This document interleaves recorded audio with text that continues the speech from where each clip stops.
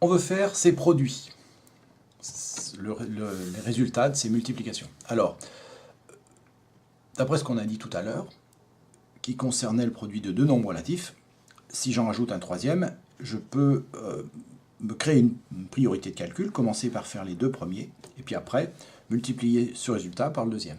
C'est ce que je fais ici. Donc là, si je donne le résultat uniquement de ça, je vais avoir comme signe négatif, puisque j'ai deux nombres, je multiplie deux nombres de signes opposés. Donc, comme résultat de ça, j'ai négatif. C'est un négatif. Et puis après, je fais comme si je ne voyais plus les signes, donc je vais faire 2 fois 3, donc 6.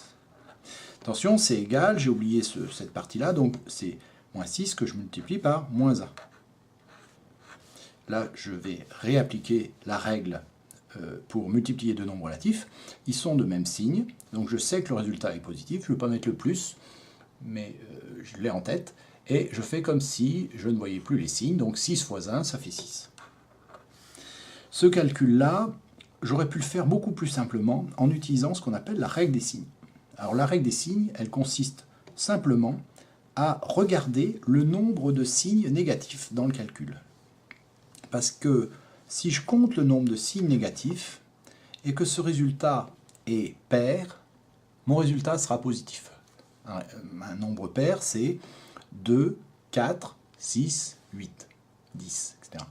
Donc là, je compte juste les négatifs. J'en ai un et j'en ai deux.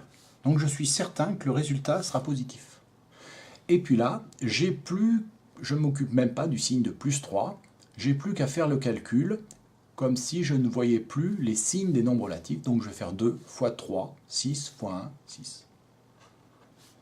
Je vais appliquer cette règle des signes dans ce calcul qui est un peu plus long. Alors, première étape, c'est le signe. Je compte le nombre de signes négatifs. J'en ai 1, 2, 3. 3, c'est impair. Donc, le résultat sera négatif. Et puis là, je vais faire comme si je voyais plus, j'avais plus besoin des nombres relatifs.